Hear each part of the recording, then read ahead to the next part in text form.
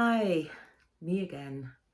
Um, I just thought, as well as being an advocate for neurodiversity and inclusion, ADHD and autism, one of my big passions is poetry, and I wanted to start to share with you my thoughts on poems around the themes of spirituality and how some of the words of the poets from long ago and contemporary poets such as myself, how the words can help us to understand some of the issues that we're facing today. Everyone, neurodiverse or not, um, whatever background we're from, some of the words of the poems that have already been written are universal to the human experience. And I think that is a really good starting point for all of us in terms of our human development and our ability to cope with the situations of life. So first of all, I'm going to read a poem by the poet Robert Herrick, and I'll put more information about them underneath so you can do your own research on him if you want to. And this one is quite a famous one. You may recognise the first line. I'm not going to analyse them like a GCSE. I'm just going to give my thoughts and my instant reactions, and I'd love you to share your thoughts and how it makes you feel as well. This one is called To the Virgins, to Make Much of Time. Gather ye rosebuds while ye may, old time is still a-flying, and this same flower that smiles today, tomorrow will be dying. The glorious lamp of heaven, the sun, the higher he's a-getting, the sooner will his race be run, and nearer he's to setting. That age is best which is the first, when youth and blood are warmer, for being spent the worse and worst, still times succeed the former.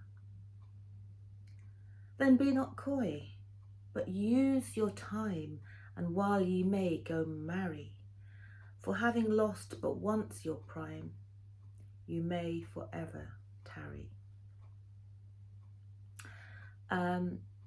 I tried to leave space in there so some of the old language, some of the old words can kind of sink in, but what I take from that, to the virgins make much of time. So when you're young and youthful and innocent, you feel like you have your whole life ahead of you, but he's saying, make the most of it, because old time is still a-flying, and in an instant it's gone. And that bloom, your warm blood, like heaven's lamp, the sun, it's going to set, that's going to change. It's a natural cycle of aging and withering and dying. Tomorrow will be dying, the natural cycle. So it's just really to say, live life and enjoy your youth, enjoy your beauty. But also it makes me think about so much of social media that is all about image, and how we can get really locked into those videos about facial surgery and taking 20 years off, and having lips done and teeth done and all of that. And whilst it's good to want to improve yourself, sorry, it's not going to stop the inevitable. So I think it just makes me reflect that, everything is a moment. Everything is a moment in time, and time is still moving and moving and moving.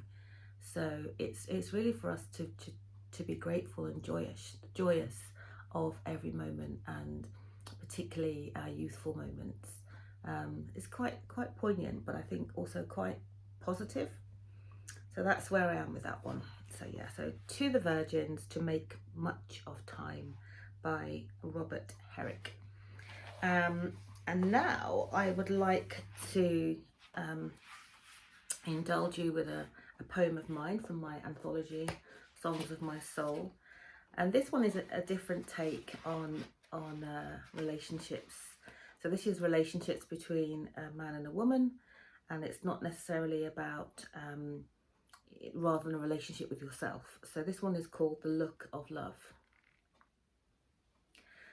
Neither were conventionally beautiful. His spine curved at the top into a small hunchback. Dense ape-like hair poked out of the top of his jumper. He was about 30, but looked older. He smiled warmly at his beau, blue eyes crinkling. Her glasses were very thick. She was shorter than him and could have passed for his mother, with her grey, lank, greying hair. Today his arm draped protectively around hers as he went in for several passionate kisses. It was clear they were lovers.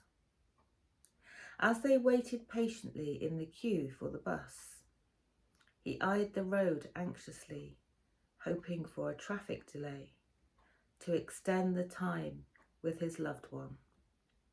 When the bus eventually came, they discussed their plans for the evening, detailing their evening of togetherness.